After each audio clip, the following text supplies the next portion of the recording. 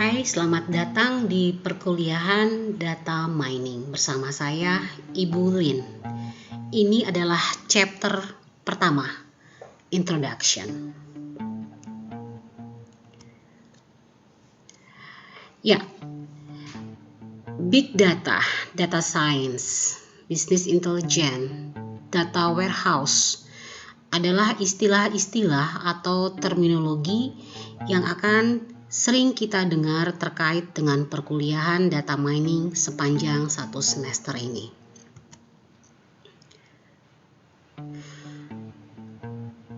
Apa dan bagaimana data mining menjadi cabang ilmu di bidang IT yang sangat penting di era digital ini? Semua berawal dari apa yang disebut sebagai user generated content. Dengan lahirnya teknologi Web 2.0 memungkinkan interaksi antara manusia melalui web. Jadi lahirnya digital area memungkinkan manusia itu untuk memproduksi beragam data yang jumlah dan ukurannya sangat besar. Nah, data-data itu dihasilkan pada berbagai bidang, misalnya pada weather atau cuaca. Ada data perkiraan cuaca, ramalan cuaca di berbagai wilayah pada belahan bumi. Kemudian ada data medical, data rekam medik yang tersimpan, ada data sports atau olahraga, kemudian data ekonomi, ada bisnis, astronomi.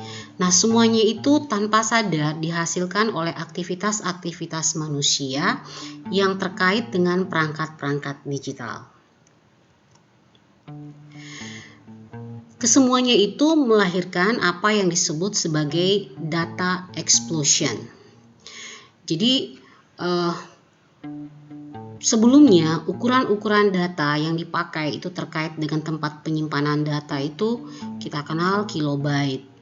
Kemudian berkembang megabyte. Jadi dulunya misalnya orang menggunakan disket dengan ukuran 1,44 megabyte. Kemudian sekarang tidak cukup, bahkan USB yang ukurannya 16 GB itu dianggap masih belum cukup untuk menampung data yang kita punya. Kemudian ukuran dari data itu membesar lagi, terabyte dan seterusnya sampai dengan yottabyte. Nah, dari mana ukuran data yang besar itu dihasilkan? Tadi di depan sudah disebutkan berbagai bidang yang menghasilkan ukuran data yang besar karena adanya user generated content atau aktivitas-aktivitas menggunakan perangkat digital yang otomatis melahirkan data berukuran besar. Nah, misalnya ada di bidang astronomi itu yang disebut sebagai Sloan Digital Sky Survey yang dilakukan pada tahun 2000 di New Mexico. Itu dia menghasilkan data sebesar 140 terabyte dalam 10 tahun. Dan juga ada Large Synoptic Survey Telescope di Chile tahun 2016. Dia bahkan mencapai sekitar 140 terabyte juga setiap 5 hari. Hanya dalam 5 hari mencapai ukuran data 140 terabyte. Itu di bidang astronomi. Nah, contoh lainnya di bidang biologi dan medical atau kedokteran. Nah, European Bioinformatics Institute itu menghasilkan 20 petabyte data. Apa datanya? Datanya itu berupa data genomic data doubles dalam ukuran setiap tahunnya. Jadi mereka itu menyimpan sequence genetik dari manusia itu bisa mencapai 140 GB per ukurannya.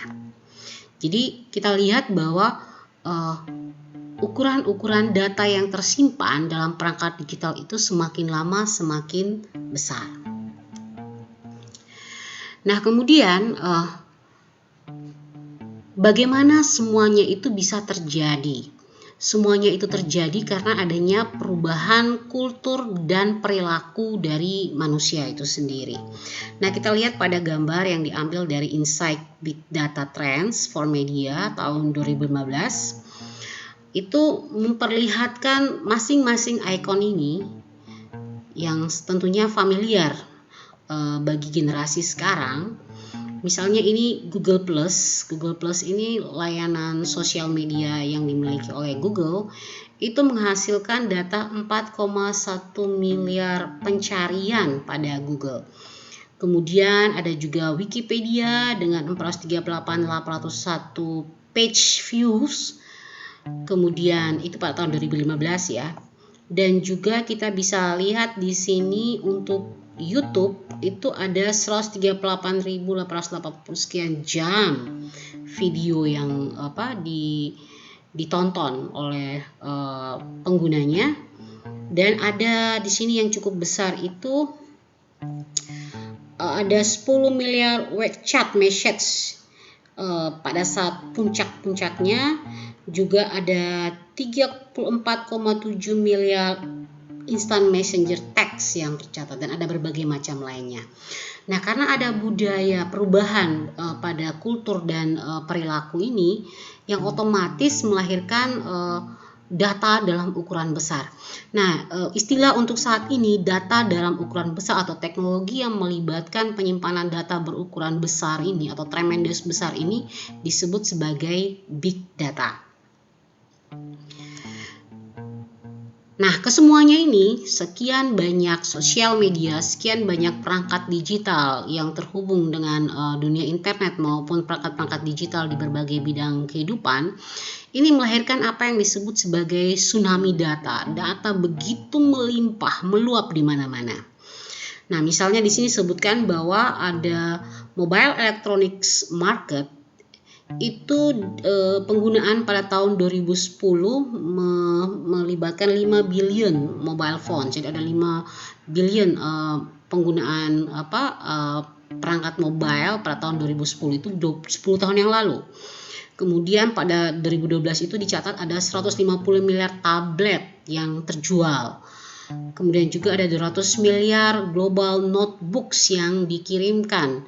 Itu data yang dihimpun oleh DigiTimes pada risetnya di tahun 2012. Sedangkan untuk web and social networks itu menghasilkan ukuran data yang tadi kita lihat di gambar tadi. Misalnya Google itu memproses 100 petabyte per hari dan ada 3 million server. Kemudian Facebook itu juga memiliki 300 petabyte user data per hari. YouTube juga demikian, gila-gilaan dengan 1000 petabyte video storage yang ia punya. Dan 235 terabyte data yang disimpan pada US Library of Congress dan seterusnya. Nah, kita lihat ada begitu banyak data yang dimiliki, tiba-tiba datang begitu melimpah di era digital ini. Nah, pertanyaannya, apakah data itu akan hilang begitu saja atau for nothing? Muncul suatu pikiran ketika data itu menumpuk. Anda bisa bayangkan kalau Anda punya barang begitu banyak yang ada di gudang penyimpanan, kemudian Anda berpikir, apakah saya bisa menganalisa data-data ini? Apa yang bisa saya peroleh dari kubangan data yang begitu banyak ini? Nah, inilah yang melahirkan suatu cabang ilmu data mining, penambangan data. Kenapa harus data mining? Karena sekarang kita itu tenggelam dalam data, tapi kita tuh haus, kita butuh akan suatu knowledge atau pengetahuan, tidak hanya sekedar data, namun kita pingin lebih, kita pingin knowledge dari tumpukan data tadi. Sehingga kita memerlukan apa yang disebut sebagai data mining, kita menambang data tersebut. Nah, pertanyaannya, kenapa kita melakukan proses penambangan data? Nah, ini adalah pandangan komersial. Dari sisi komersial, kita tahu bahwa ada sekumpulan besar data yang kita simpan dan kita koleksi dalam suatu gudang data. Jadi data itu kita simpan secara baik pada suatu tempat yang kita sebut sebagai data warehouse atau gudang data. Nah, kubangan data itu bisa berupa web data, atau juga transaksi e-commerce, ada juga penjualan pada departemen maupun grocery stores, bisa juga berupa transaksi-transaksi perbankan, kredit card maupun aktivitas elektronika lainnya. Itu alasan pertama, adanya kubangan data. Yang kedua, alasannya adalah bahwa sekarang komputer itu menjadi lebih murah dan lebih powerful. Zaman dulu itu hal ini orang nggak bisa bayangkan atau masih sulit orang bayangkan bahwa kita mampu memproses jutaan data atau sekian terabyte data per sekian detik. Kenapa? Karena sumber daya komputernya saat itu masih kurang dan teknologinya masih belum mampu memprosesnya dengan cepat. Dan kalaupun ada, harganya itu sangat mahal. Sehingga sekarang ketika teknologi komputer itu mengalami lompatan yang cukup besar, maka hal ini menjadi possible atau menjadi mungkin untuk dilakukan.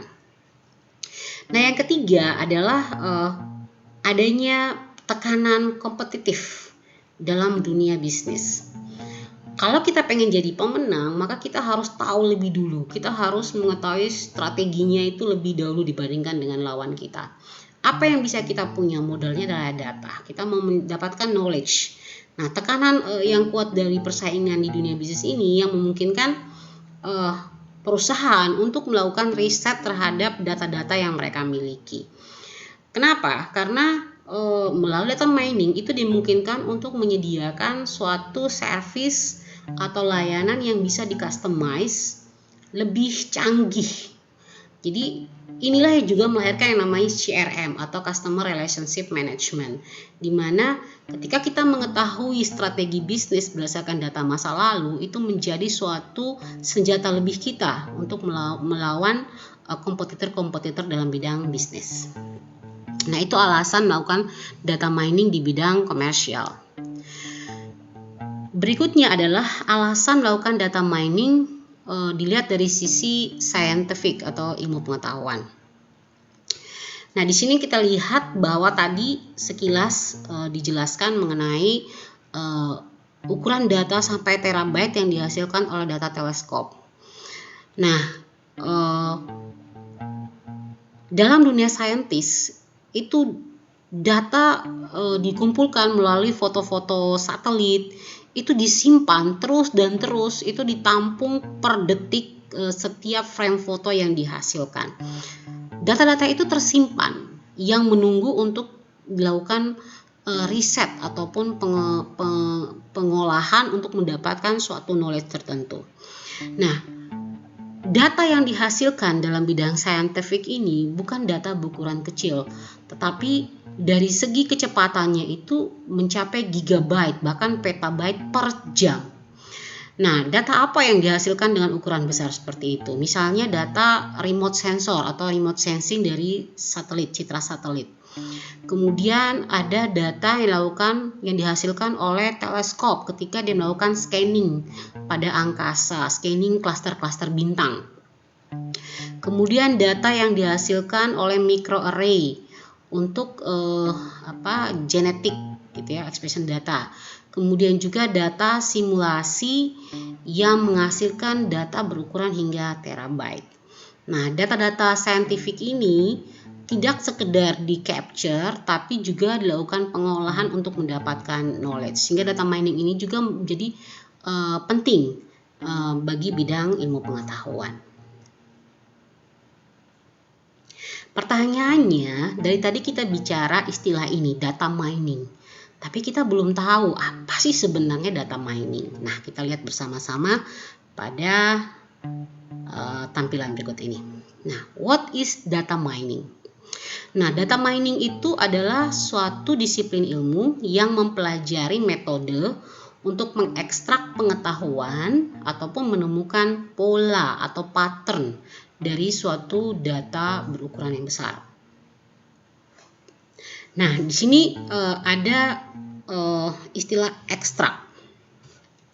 Nah, ekstraksi dari data ke pengetahuan, dari data hingga knowledge atau pengetahuan, itu yang pertama adalah data sendiri adalah fakta yang terekam dan tidak memiliki arti atau tidak membawa arti.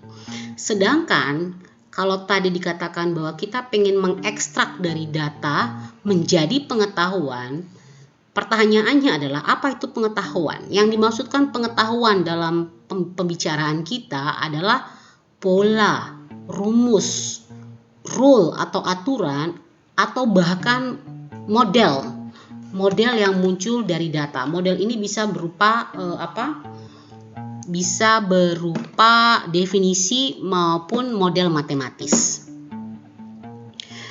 Ya, nah ada kebingungan ketika kita menemukan istilah-istilah lain, misalnya KDD, Knowledge Discovery in Database. Nah, ini sebenarnya nama lain dari data mining. Jadi tergantung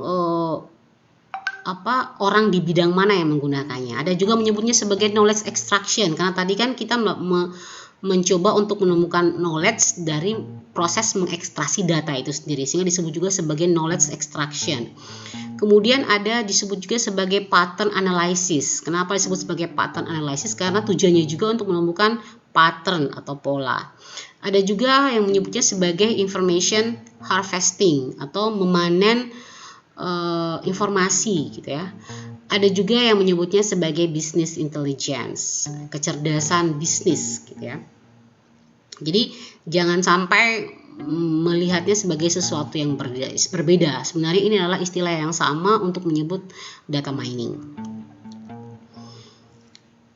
Ya, apa itu data mining? Tadi sudah disebutkan. Nah, ini ada beberapa definisi yang dibuat oleh beberapa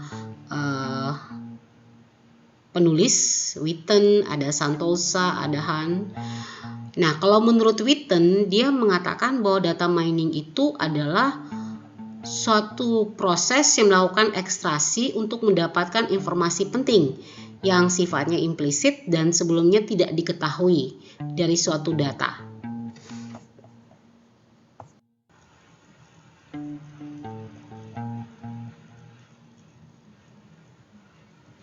Nah, definisi yang kedua menurut Santosa, dia menyebutkan bahwa data mining itu adalah kegiatan yang meliputi pengumpulan, pemakaian data historis untuk menemukan adanya keteraturan, pola, dan hubungan dalam set data yang berukuran besar. Sedangkan menurut Han dan kawan-kawan, ia menyebutkan bahwa data mining itu adalah suatu extraction of interesting, non-trivial, yang sifatnya non-trivial, implicit, previously unknown, and potential useful dari suatu patterns or knowledge from huge amount data. Nah, inilah beberapa definisi dari beberapa penulis. Jadi ada beberapa kata kunci di situ, yaitu ukuran datanya yang besar, ada ekstraksi, kemudian mencari pola, knowledge, keteraturan, ataupun hubungan. Ya, kira-kira itu adalah definisi-definisi yang bisa kita simpulkan dari penjelasan-penjelasan maupun yang sudah ada sebelumnya. Nah, sekarang tadi kan disebutkan bahwa data mining itu adalah suatu proses ekstraksi dari data untuk menghasilkan knowledge. Jadi tujuannya adalah knowledge. Knowledge tadi bisa berupa pola, pattern, rule, aturan, ataupun model matematis yang sudah disebutkan tadi. Nah, kita lihat salah satu contoh ilustrasinya seperti ini. Nah, jadi berawal dari data, misal kita punya data kehadiran pegawai.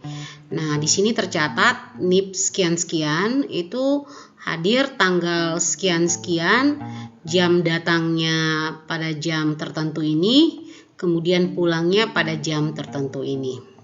Nah, dari data-data ini kemudian diproses, maka menghasilkan apa yang disebut sebagai informasi. Nah, data tadi kemudian bisa ditampilkan menjadi NIP sekian-sekian yang sama tadi, masuknya jam berapa, karena tadi kita punya jam datangnya, apakah dia itu datang dan tidaknya itu statusnya apa, apakah alpa, cuti, sakit, ataukah telat. Nah, jika kita mentabulasikan data ini dalam bentuk seperti ini, kita menyebutnya sebagai informasi. Kemudian yang terakhir, informasi ini kemudian diolah menjadi pengetahuan di mana kita bisa melihat pada hari Senin yang terlambat itu ada berapa orang, yang pulang cepat ada berapa orang, izin dan alpa berapa orang. Demikian juga data yang sama kita peroleh untuk hari Selasa, Rabu, dan seterusnya. Nah, ini kita bisa mengetahui pola kebiasaan kehadiran mingguan dari pegawai. Nah, apa yang bisa kita petik dari sini? Jika kita sudah berproses dari data, kita konversi menjadi informasi, kemudian kita proses lagi menjadi pengetahuan seperti yang muncul di layar ini, maka kita bisa mendapatkan apa yang disebut sebagai wisdom atau kebijaksanaan. Dari kasus tadi, maka kita bisa membuat kebijakan penataan jam kerja karyawan, khusus untuk hari Senin dan Jumat yang tadi diberikan highlight warna biru tadi.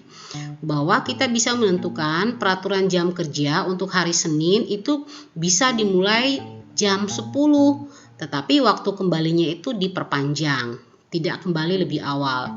Kemudian hari Jumat itu bisa diakhiri lebih cepat, yaitu jam 14. Nah, sisa jam kerja itu dikompensasi ke hari lain. Jadi bisa kita buat kebijakan-kebijakan sesuai dengan fakta yang kita olah tadi menjadi knowledge, dan kita buat kebijakan berdasarkan knowledge yang kita temukan. Jadi kalau kita runut lagi dari data diproses menjadi informasi, kemudian menjadi pengetahuan dan menghasilkan kebijakan. Nah, ini adalah suatu ilustrasi yang menggambarkan mengenai data mining dalam suatu bisnis intelligence. Ya, kita lihat kita punya piramida yang layer paling bawah atau lapisan paling bawah adalah data sources. Data sources ini bisa berupa paper, file, web dokumen, scientific eksperimen maupun database system. Nah, untuk data sources ini itu dikelola oleh apa yang disebut sebagai DBA atau database administrator. Semakin ke atas kita lihat, maka bentuk kurvanya atau bentuk grafiknya itu semakin kecil. Artinya semakin sedikit peruntukan datanya. Kemudian di atas layer data sources itu ada proses yang namanya data preprocessing atau integrasi atau data warehouse. Data preprocessing inilah persiapan data untuk kita lakukan pengolahan atau kita melakukan integrasi data dari beberapa sumber data, atau juga kita melakukan data warehouse sesuai dengan peruntukan yang ingin kita peroleh dari eksplorasi maupun mining data. Nah, di atas level data processing ini ada namanya data exploration. Nah, data exploration ini kita melakukan proses rangkuman statistik ataupun kita melakukan query maupun reporting. Nah, setelah melakukan data eksplorasi ada yang namanya data mining. Nah, data mining ini seperti tadi dijelaskan, kita mencoba mencarikan knowledge ataupun informasi. Nah, kemudian hasilnya itu kita presentasi. Itu ada pada layer data presentation. Jadi kita melibatkan visualization techniques. Nah, untuk level data mining, orang yang in charge atau berkepentingannya itu disebut sebagai data analis. Sedangkan untuk data presentation itu yang berkepentingan adalah business analyst. Kemudian decision making. Decision making ini biasanya pada level manajemen atas gitu ya, yang membuat keputusan terkait dengan permasalahan strategik maupun permasalahan yang sifatnya berkaitan dengan perusahaan. Nah, bisa dikatakan bahwa untuk business intelligence para decision maker itu adalah end usernya. Nah, di sisi kiri ini kita lihat bahwa ada potensi peningkatan yang terkait dengan business intelligence yang mampu mendukung proses pengambilan keputusan. Jadi ini pentingnya data mining maupun business intelligence. Nah, ini kita lihat kaitan antara data mining dan beberapa subjek-subjek topik-topik dalam bidang IT. Data mining itu melibatkan machine learning, ya. Kemudian ada pattern recognition atau pengenalan pola, ada statistik juga, ada algoritma komputasi, ada teknologi basis data, dan juga performansi tingkat tinggi dari komputasi. Jadi data mining itu melibatkan berbagai macam hal seperti yang ada pada layar. Oke, that's all for chapter 1. Untuk chapter selanjutnya akan dijelaskan lebih lanjut mengenai tahapan-tahapan data mining dan seterusnya. Jangan lupa mengerjakan PR. See you.